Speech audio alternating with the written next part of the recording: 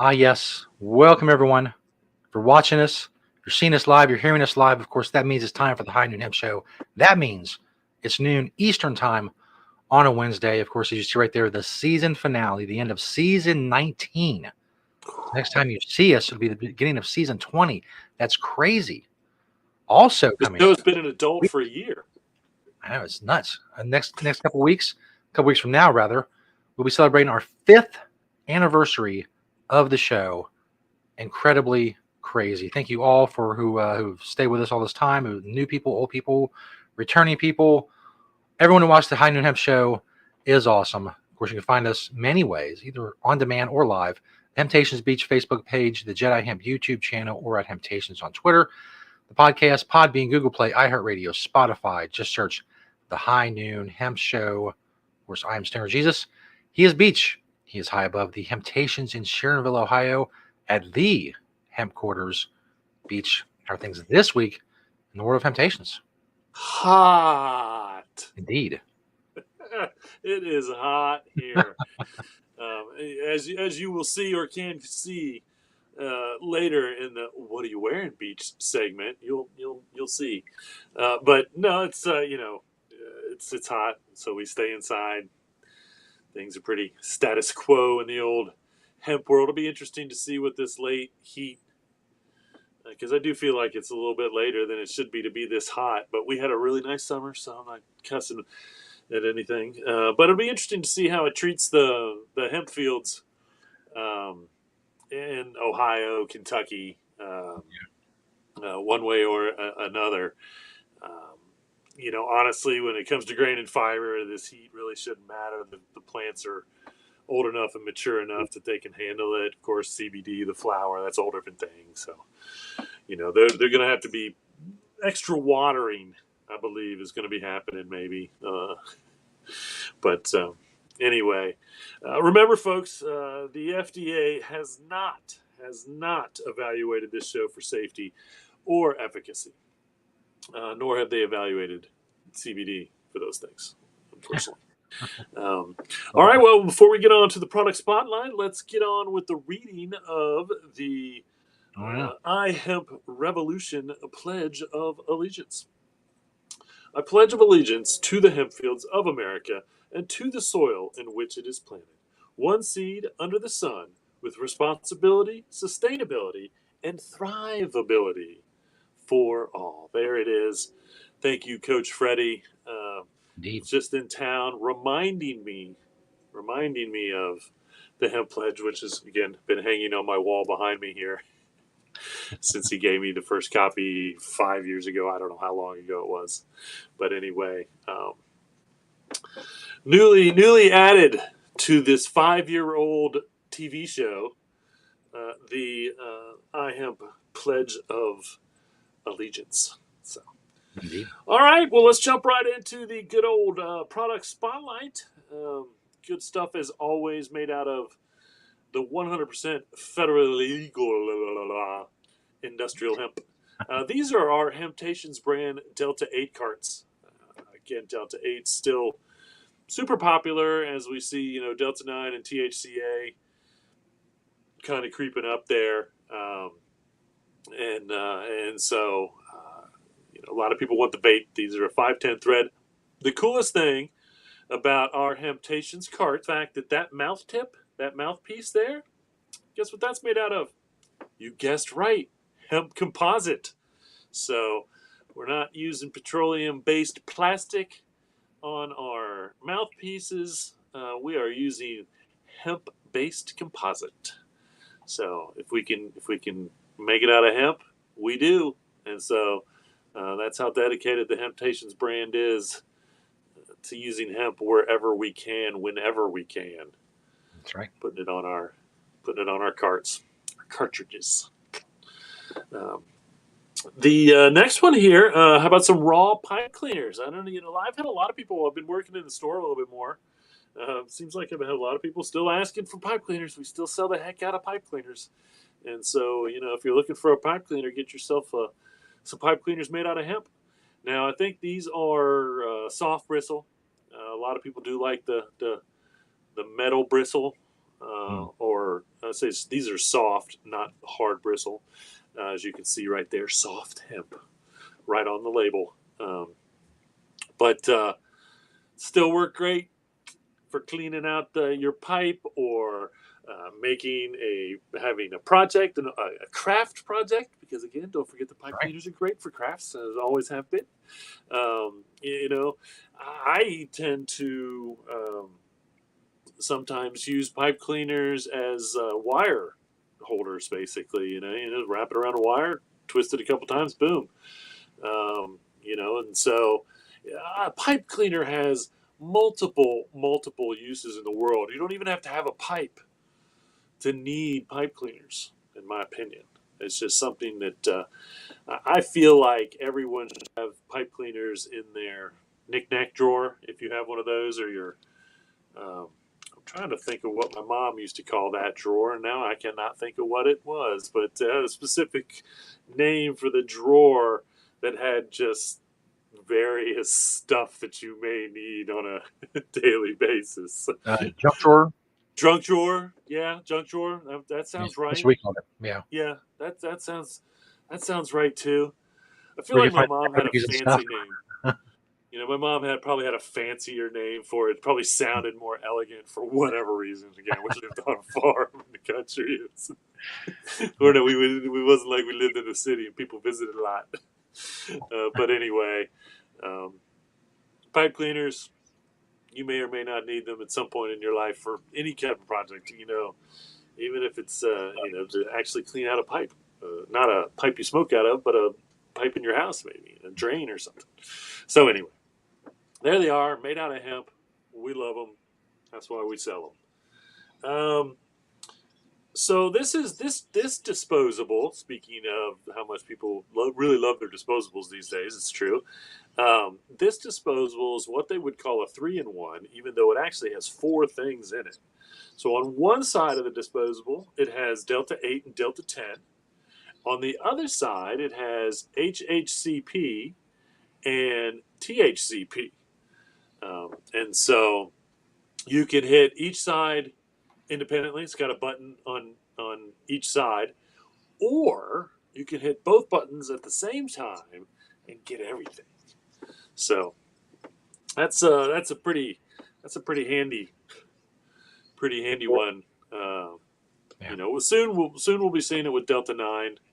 Almost surprised they haven't added that to this, but you know eventually, we'll probably somehow they'll make a disposable that has a mouthpiece on both ends. I don't know how they could do that. They have like 4 buttons. You have 8 different things. It's crazy. You won't know which way you're coming or going. But anyway, these are again super popular. They're effective. People, really get what they want out of them. So if you're looking for something like that, there it is. And the last. Speaking of D9, I haven't shown this one for a little while, but still like super popular. This is the Enjoy D9 syrup, and so it's kind of like a medicine syrup almost, thickness, different flavors, but it has 420 milligrams of Delta 9 in it, and so a spoonful a day uh, will make anyone happy. I would think that's 20 milligrams. I don't know if that'll make you happy or not, but that's quite a bit. Um, but if you're looking for D9 to take internally, a lot of people like the gummies. I think the gummies are very effective because you really get that sublingually as you're chewing the gummy. But if you really just want to get it into the gut and working its way through your system that way, um, then the syrup is a good way to do that. Yeah, I feel like you could leave that syrup, a little bit of that syrup, lay under your tongue as well for a little bit, and that would also work sublingually. So therefore, getting directly into the bloodstream instantaneously. It's one of the quickest ways to get anything in the bloodstream is sublingual, i.e., under the tongue. So there you have it from the store. Now the one from my door is my beanbag chair. I've been using this a little bit more because it's in Sharonville, and I'm in Sharonville a little bit more these days. Um, And so I actually have two of these that I bought. And I forget the name of the place, but it's actually just right up, maybe like 20 miles up the highway. Hmm. And they actually had this like sale room, somewhat like once a month or once every other month. They would open up this sale room of discounted goods, and they had. I think I went up there on more than one occasion and bought these on more than one occasion. But I bought this for like 70% off, which was just brilliant. That's probably why I went back for another one eventually, because I got them like super cheap at this place, and I'm gonna have to look into them and see if they're still doing their thing. It was again a shop that or a big warehouse that distributed. I think most of their business was actually mail order, but their shipping warehouse was very close. One of their shipping warehouses, their Midwest shipping warehouse, and so I don't know if it was bean products, but that sounds familiar to me in my head. Um, but I'll have to look into them, see if they're still up there. But that was fun to do every once in a while. And I remember they used to have a coupon too. That's what it was. So the stuff was super cheap, and then you could use a coupon even. So I get my hemp at discount when I can, just like everybody should if you can. But if not, it's okay if you can afford it. So there you have it, folks, on the product spotlight. 4 from the store, 1 from my door here on the High Noon Hemp Show. Dun, Indeed. dun, dun. As Beach mentioned earlier, is very hot in the Cincinnati area, which leads us to this week's Beachwear segment, where Beach takes us on a little trip to the gun show. That's right. We'll see it in its full glory. All I have to do is ask, what are you wearing, Beach? The BB gun show, baby. That's right. What are you wearing, Peach? Because it's hot. So I'm breaking out the minimal amount of clothes. And if those are guns at all, once again, we'll call them BB guns. I'm still skinny. Up on the lid there, that is a Lost Harvest hat. I believe it may be my only Lost Harvest hat. Again, I think I showed or will show maybe my Lost Harvest. They were one of the original soft frisbee, hemp frisbee makers. They made some really good little zip bags and stuff. So a little bit of Lost Harvest there. My tank top, and I'm flaking here, is a Satori. Satori is really popular today. Satori printed with the Hemptations on the front. It says 420 years on the back. So I think we did these probably like 7 years ago at the, pressed our own vinyl while we were celebrating our being open for 20 years. This year, coming up in less than a week and a half, it'll be 28. I think if my math is correct. I keep doing it in my head, and I believe that's right. Crazy. My shorts. The whole outfit is basically based around these shorts. These are a pair of hemp shorts that I've needed to put a button on for I don't know how many years. I just didn't do it, but finally sat down. Yes, I know how to sew, but these are probably my only real purple. And of course, this outfit's purple and green. If you didn't notice, purple and green being the colors of our store. But these are probably my only true purple shorts. These were Crop Circle. Crop Circle made a really fun line of clothing. I think I have a purple top, a long sleeve, kind of almost like a nightshirt kind of that they made. I'll see if I can find that, bust it out maybe. In the pocket there of those Crop Circle shorts, you will see the Green Springs Technology Hemptations pen that I carry everywhere with me. How about Satori again with the boxers, and Satori again with the Canaleaf no-show socks. So Satori really big part of this outfit. And then over half or half the outfit is Satori. Good for them. We love our Satori stuff. Check out Satori online if you can. And then, of course, on the feet there are a pair of Adidas shell toes. taking me where I need to go, keeping my toes safe one way or another. So if you're wondering, it's hot, Beach. What are you wearing? Now you know. Now you know. All right. Well, we got some cool, fun news as usual stuff going on. But first, let's take a look at this fun hemp trailer I made not too long ago.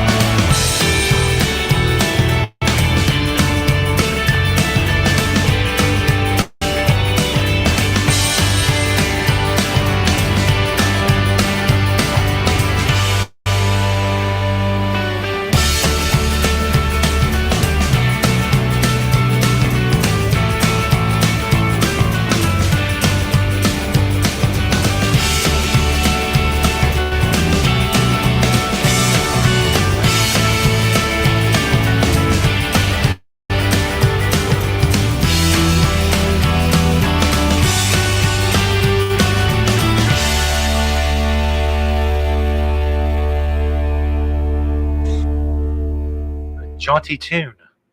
Jaunty tune indeed. Very fun. Little trailer I made back in the day, of course, when 3 was open. Of course, actually 3 is still open, but 3 was in that video. 3 was actually in Coreyville still. We have since moved to Northside. If you don't know, Northside in Cincinnati is the most eclectic neighborhood in all of the city. So if you're coming to visit Cincinnati and you really want to go, especially if you're a vegan, like over half the restaurants I'd say are probably vegan or vegetarian restaurants in Northside. It's got very cool little shops, good music, and so Northside. But the Dayton store is no longer open. That was on there. I think I can go back and edit these. I might just go back and I can even update some of the pictures because a lot of that product doesn't even, those companies don't even exist anymore, which is crazy just to think that these, but that's the way hemp stuff can go or has gone. Definitely, we saw a lot of hemp companies come about 2014, 2015 after we passed the first industrial hemp bill. 2016, 17. A lot of people popping up, and it's like the drinks. We have a lot of drinks. Tough to compete in the drink industry one way or another, especially when you have a niche drink.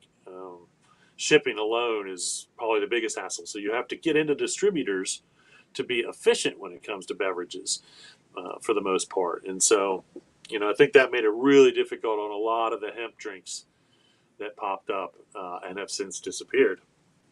And we'll see pop up again, or hopefully some of them are still out there. It's just harder to get it one way or another. So, all right, let's just jump into some news here, some stuff. That's kind of fun.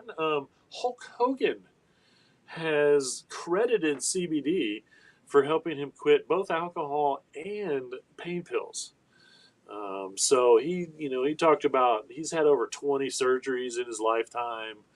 Obviously, his body is. I don't care if you don't think wrestling is real. The abuse that those guys take is real. Yeah. Okay, they may not actually be fighting or wrestling each other, but they are abusing each other physically. There is no doubt about that. So it doesn't surprise me that guy is riddled with daily pain, or again, he talked about back surgery, he talked about face surgery from getting kicked in the face so many times. I'm like, that's real. I mean, if you have to have surgery because you've been kicked in the face too many times, that ain't fake. But he's the ultimate showman, so it doesn't surprise me at all that in fact he didn't take as much abuse as one could take. But again, just recently come out, and of course, I do believe that he is in fact endorsing or has his. I don't know if he has his own brand at this point or not, but I do believe he is endorsing CBD. But um, once again, the reason is, and this is the truth of it. The truth of it is CBD worked for him to do what it needed to do, and he believed in that so much that he wants to put that out there. And and I think uh, that's that's truth. There's a lot of athletes and actors, of course. Even a lot of the athletes and the actors and whatnot. The reason that they're really getting into it is because once again, it did for them what they wanted it to do, whether it was cosmetically uh, or with anxiety and stress or some other thing. And so, I know we're I think kind of on the decline of all of this, but this once again just proves that this is showing how much this helps people real life. Um, and and so it's not going away. That's 100% for sure. The FDA keeps hemming and hawing, but it doesn't matter. It's not going away. This is just yet another testimonial by someone showing the benefits, the therapeutic value that CBD alone can have, one way or another. Um, here's a cool pick. This is a spray insulation. Now this is Fiber Fort. Okay, the company that's doing this project of hempcrete insulation, and this is apparently on the state of Michigan's very first hemp house. Okay, and so again, they're using a spray-on insulation, uh, which we're seeing insulation being used more and more in housing projects, hemp insulation, because, and again, in this article and every article I've ever read about it, that when they compare it to fiberglass insulation, you don't have to wear a mask, you don't have to wear gloves, you can handle this, if you need to. Now, this was a big project, I believe, obviously by looking at it, and so they're actually spraying on the insulation, um, or in, and so I think this is being framed in, and so it's kind of interesting. This to me is almost like hempcrete being called insulation. But I don't know the density though, so that might not be as thick as crete.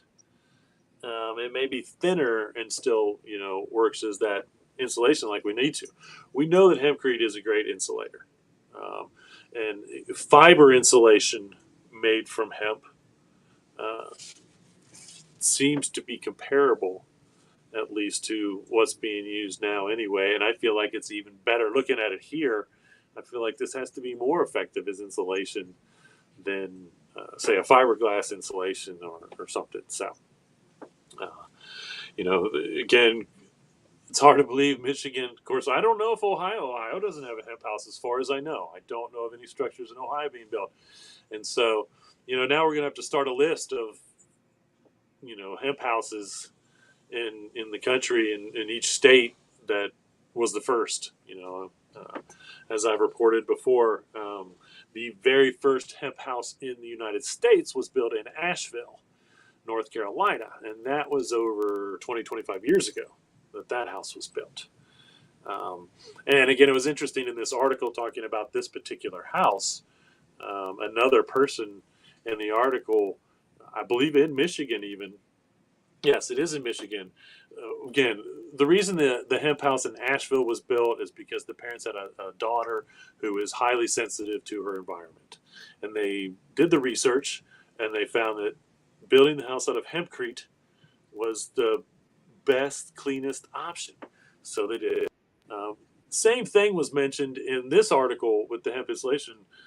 This woman in Michigan who's highly sensitive to her environment was doing the research, and then just recently came up with hemp, and she was like, "What is hemp? What is this all about?" And now I believe they have a project that's actually being funded to help her build a hemp house of her own in Michigan. And so I know I did see iHemp Michigan. I knew somebody was using the iHemp recently, and it's iHemp Michigan. And they're doing some really good stuff, I think iHemp Michigan is. And this is one of them. They're involved in helping this woman build this very clean hemp house for her needs. So, we are. I mean, we haven't even reached probably like 0.1% of the construction in the world with hemp at this point. I mean, again, like a tenth of 1%, if that, honestly. Um, but that being said, last 5 years ago it was probably 0.5%, if that. And so, every day someone is building and using hemp in the world for construction use, and that's better than the day before, no doubt about it. So I talked about the seizures of Delta products in Pennsylvania in this one county, just one county. Um, the district attorney in that county and 4 officers are now being sued, and I believe that the suit has been accepted by the judge, and so they're moving forward with it. And I believe, in all honesty, they have a very good case because none of the products that they seized were illegal, technically. They were citing some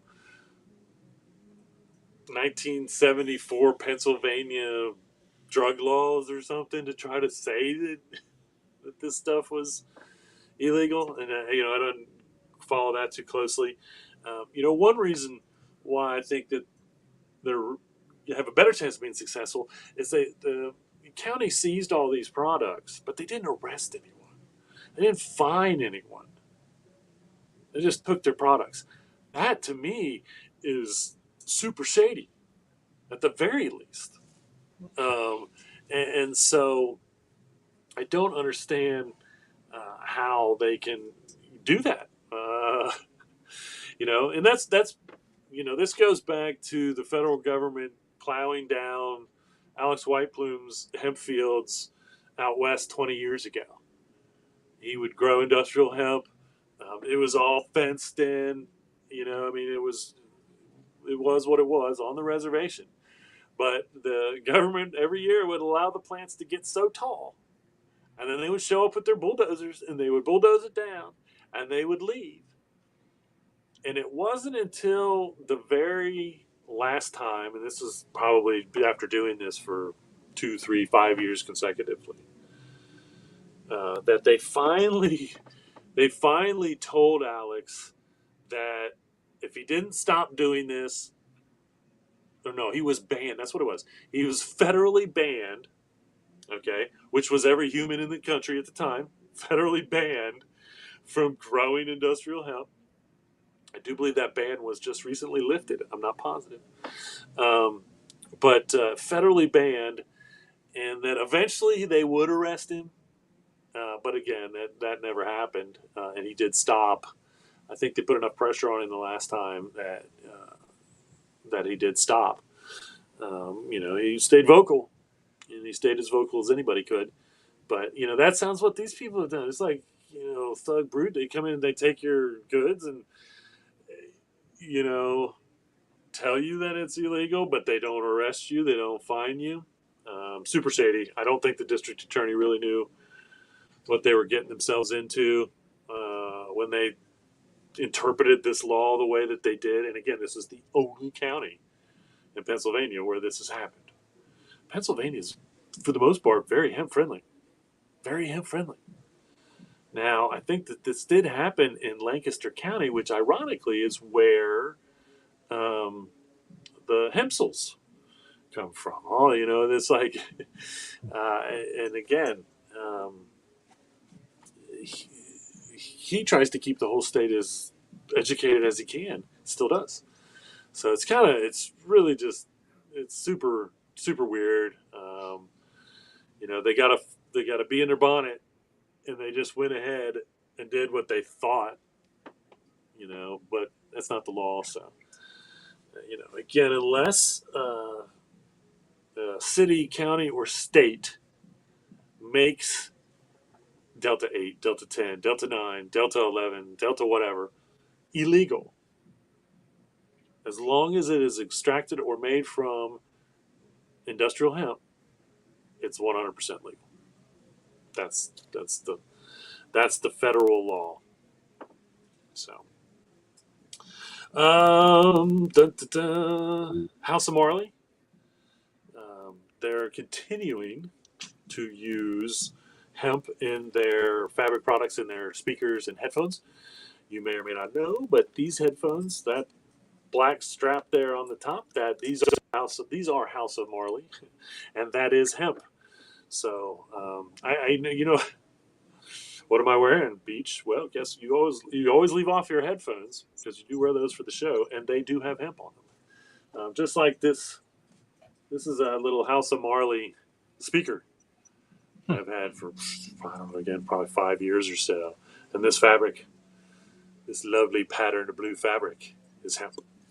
So Nice. the House of Marley headphones, they even have like earbuds and speakers and whatnot, have always been based on sustainability.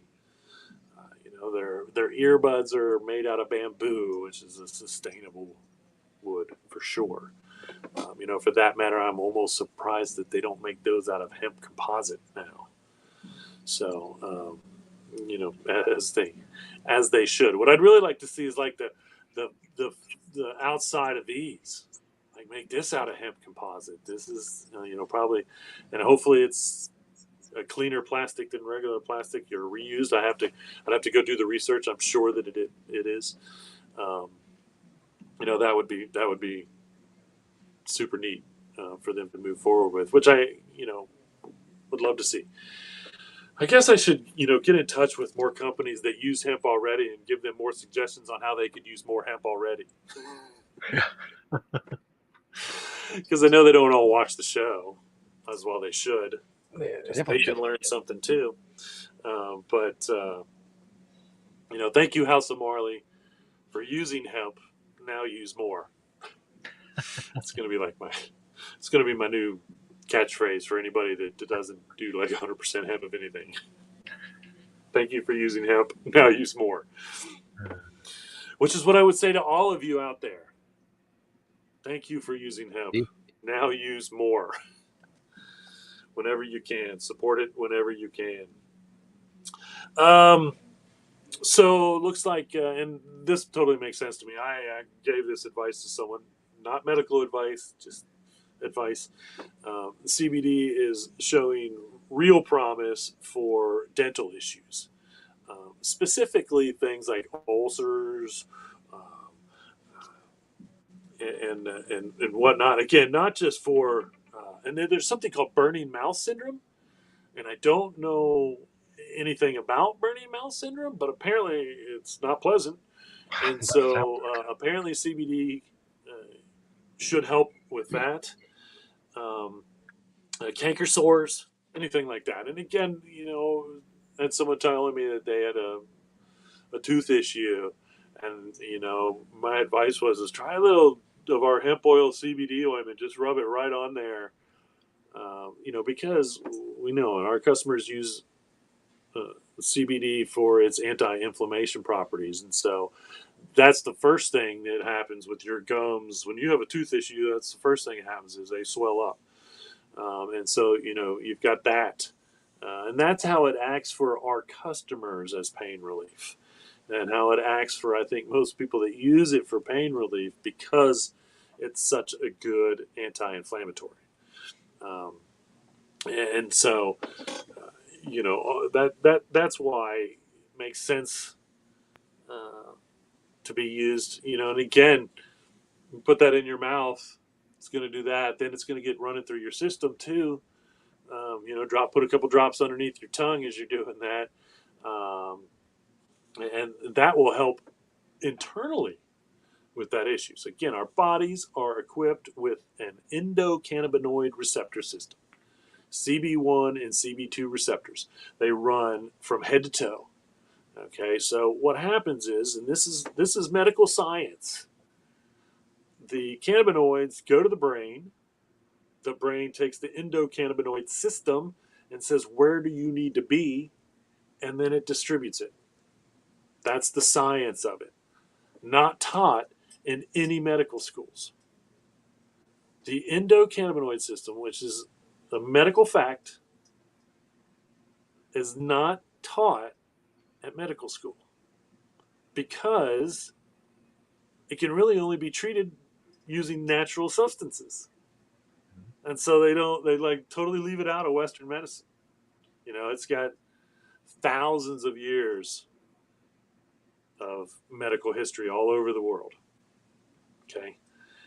And Western medicine doesn't teach the endocannabinoid receptor system in medical school, being a part of the human anatomy. Okay. Mainly because they can't give you a prescription. Well, they can now, and we know why now. We know why over, I forget, I just heard like 40 states, 35, 40 states now in the United States. We're slowly approaching zero reason for the federal government to not legalize cannabis with 0.3% or more, or I should say 0.4% or more THC in it, when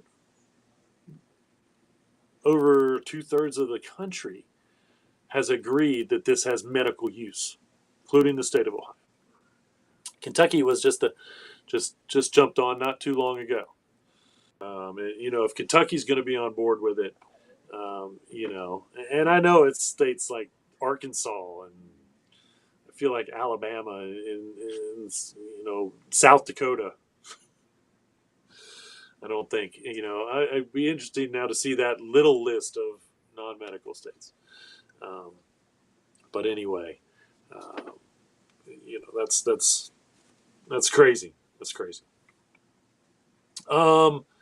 Here we go. The big news, and I talked about this when they were building it, but the Hemp Hotel in the city of Cape Town is opened. 54 rooms, the tallest hemp structure in the world by far. Again, I feel like the tallest structure before they built this might have been 2 stories, maybe 3. It depends on how big the building was in France. Although, no, probably bigger than that because there are some hemp concrete buildings in France. They might have been 5 or 6 stories. So I take that back. Not super tall, but probably doubling at least the tallest hempcrete buildings in the world. And again, this is in Cape Town. Finally open, 54 rooms. You can go and stay there. It's called the Hemp Hotel. I'm pretty sure that's its official name. And they will be, and you may want to wait till this happens, opening a Hemporium, a store called Hemporium on the ground level eventually. Not there yet, I guess. But if they just open the doors, they may still be working on that space for the store, trying to get the actual hotel open. Again, and this was a sustainable hotel project. That's why they used hempcrete. The roof is completely solar paneled. I don't know all the other sustainable parts of it, but once again, if you are headed to the city of Cape Town, the other side of the world, I would highly. This is where I'm staying when I go. I haven't checked on room rates yet, but everything's expensive, so I just expect it to be expensive. Yeah.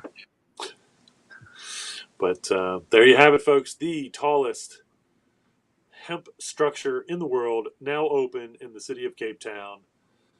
Hooray! I hope they threw some hemp confetti in the air when they unlocked the doors for the first time to the public.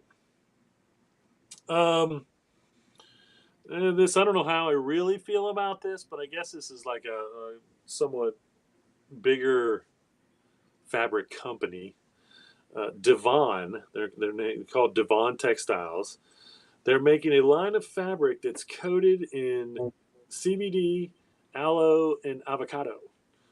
And apparently, we know aloe cannot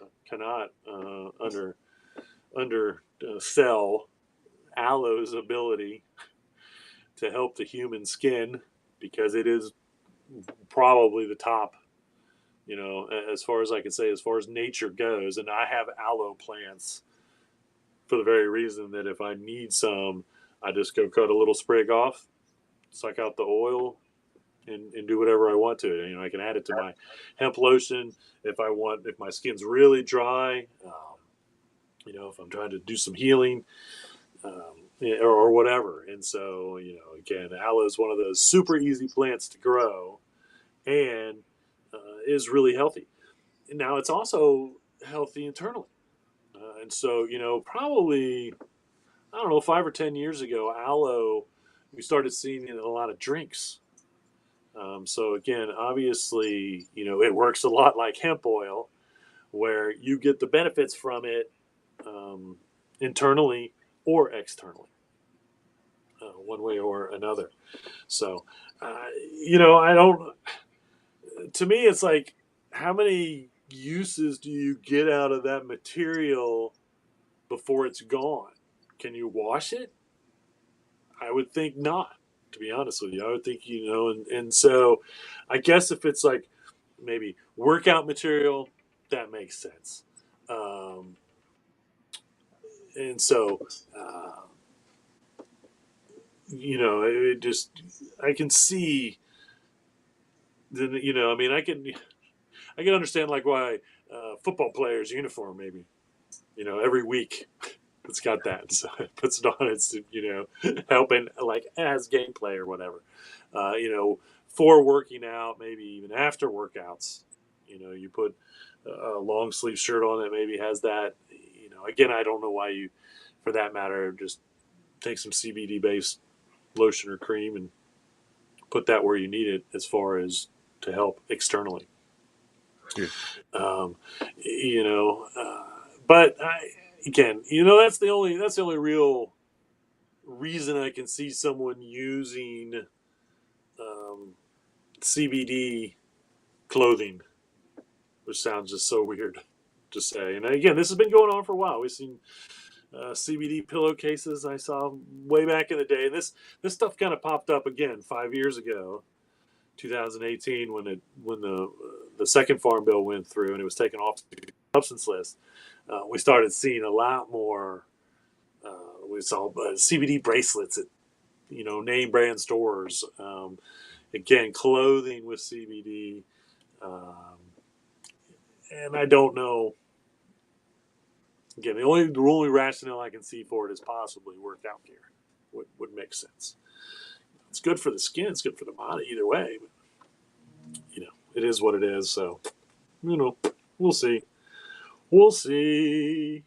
Um, okay, this is cool. The general store in Denton, Nebraska, used these blocks, hemp blocks, to refurbish their location. So if you're anywhere near Denton, Nebraska, head over to the general store and check out all the hemp stuff, hemp construction, I should say.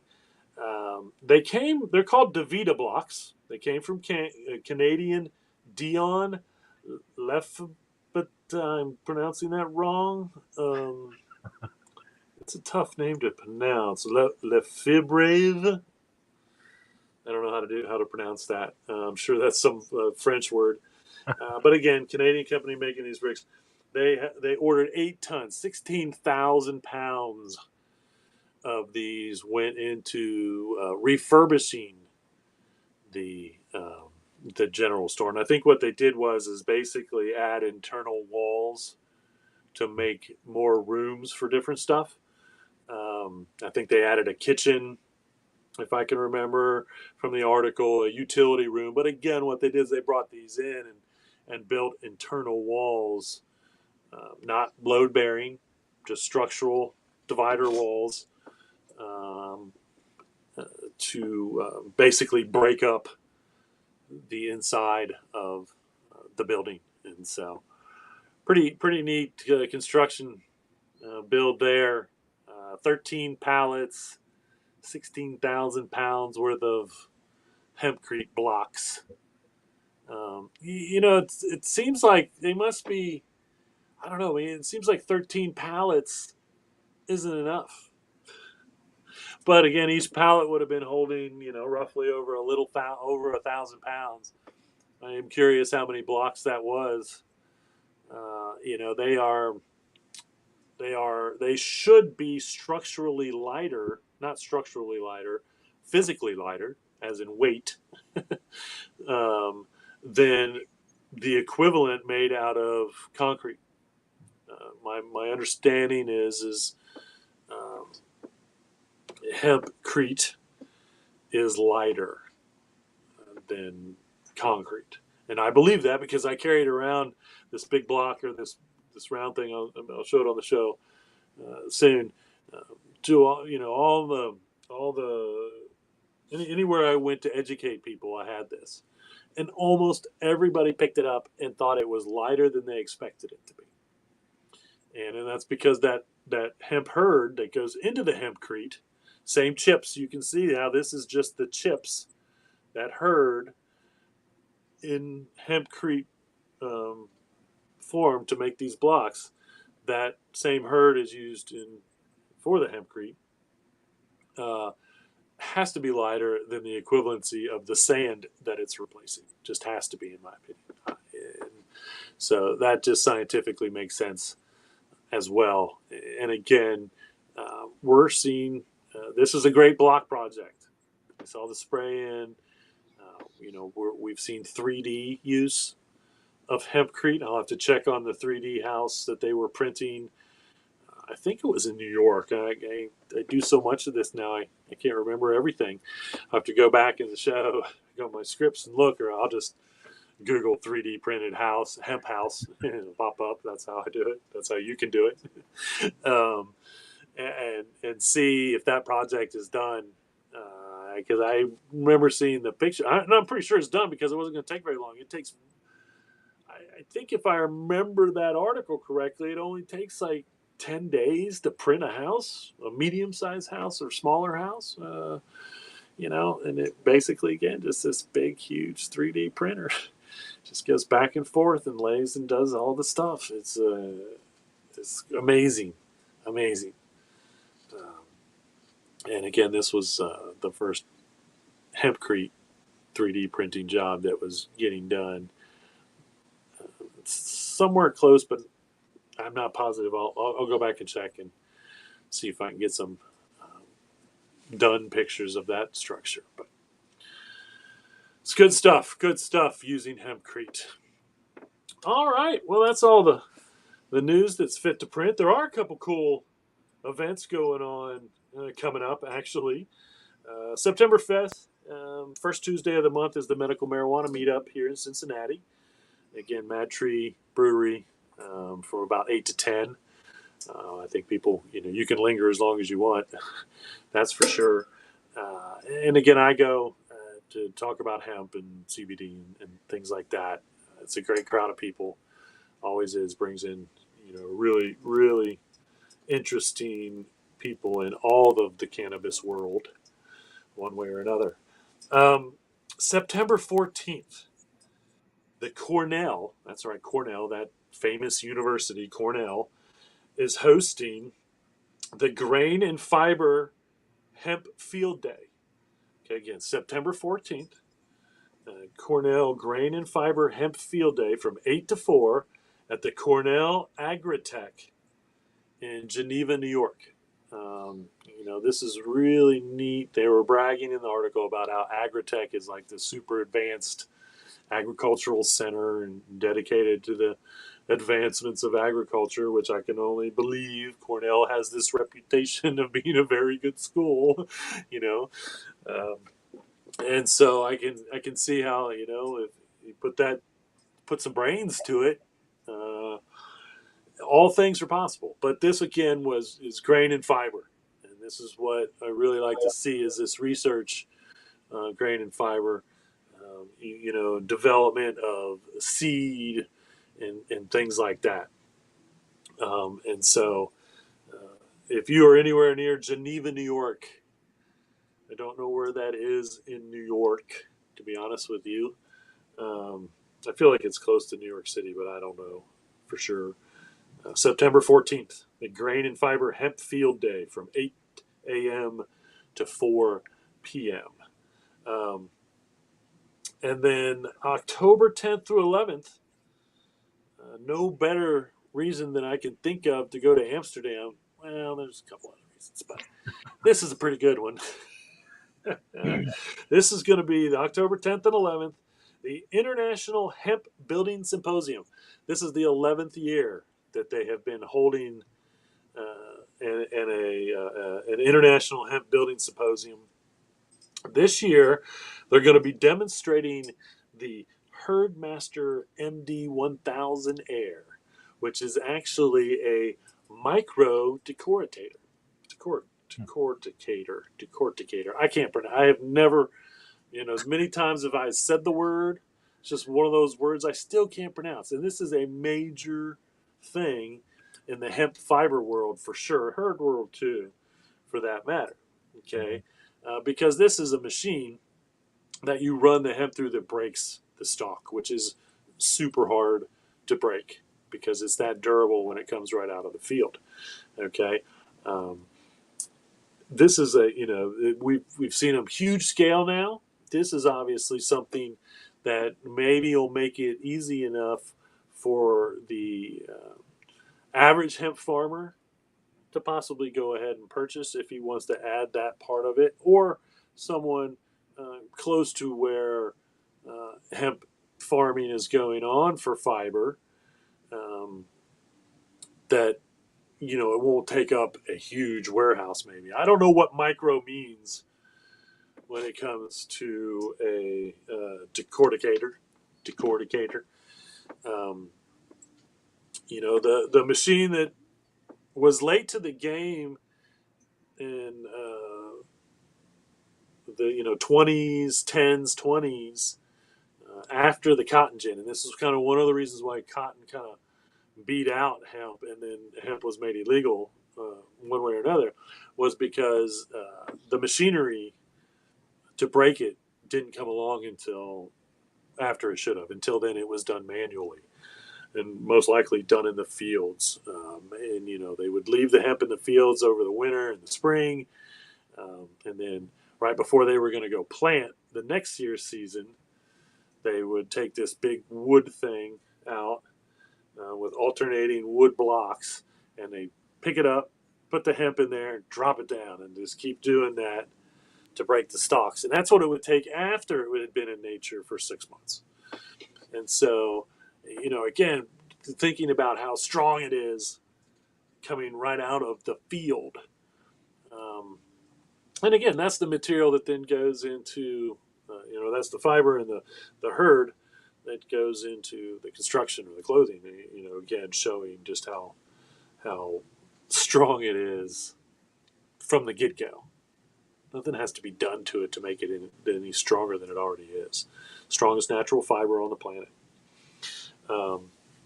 And they're also going to take a field trip, another field trip if you're up for it, to a massive hempcrete casting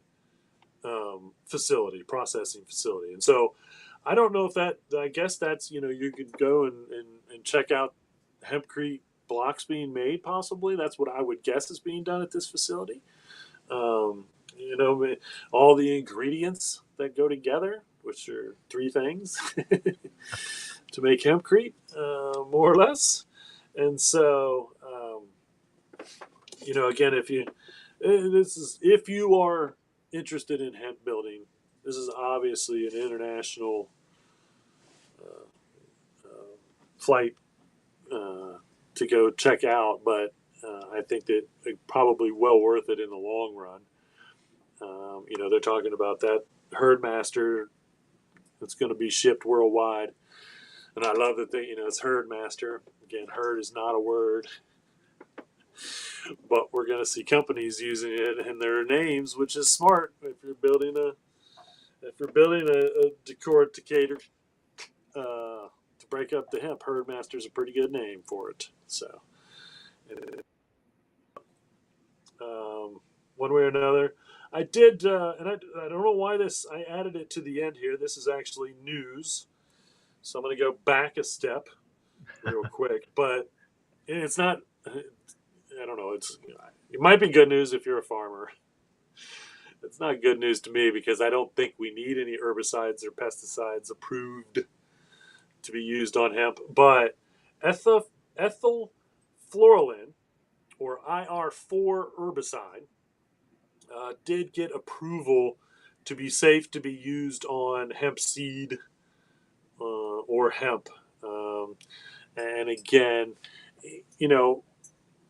back in the day, and I still believe this is somewhat true, we used to say that hemp used to pop out of the ground so fast and grow so fast that you didn't need any herbicides to kill the weeds. I realize that depends on the field. It depends on whatever may have been there before. It depends on whether you go from seed or not. I think the first couple years that you would want to clear a field of weeds, you would do like tobacco, where you take the sprouts. So you get the sprouts going, and again, I think you could use the tobacco planting machine to do this. But you get the plants growing to a certain height, then you take them out. Um, it's just a machine that a couple of dudes sit on in the back, and they grab the sprout, they put it in the thing, and it plants it. And it's just this wheel going around, and you just put it in there and it plants it, put it in there, plant it. And so I think if you really had a weedy field that you wanted to clear, you just need to get it above the weeds, maybe the first couple of years, and I think eventually it would choke out most of those weeds if you wanted to do it that way, one way or another. And again, I think that for the most part, I think that hemp is, again, it does grow really quick. You couldn't put the seed in a weedy field, but if the field, and I'm not promoting plowing, but if it had been plowed, there is a very good chance that that seed's going to pop up very quickly, grow very quickly, and whatever weeds there may be aren't going to get a chance to survive. Um, I remember going through that first field, one of the first fields in Kentucky, and to be honest with you, they didn't do anything. I think they might have plowed an acre, if that. Okay, and they put the seeds in. There were what I would call a handful of weeds. I might even just go back and look at the pictures that I have of the fields. And that was the one field that there was still hemp in the field. The other one they had already harvested. Actually, the other two that we visited, they had already harvested the fields, but they hadn't harvested yet outside of Lexington. And so, and again, there were some weeds, but it wasn't a whole lot. And so that's kind of how that's how we've always, one of the advantages, I suppose, of growing hemp. And again, it's not 100%, I'm sure, and it probably takes a little effort to do it.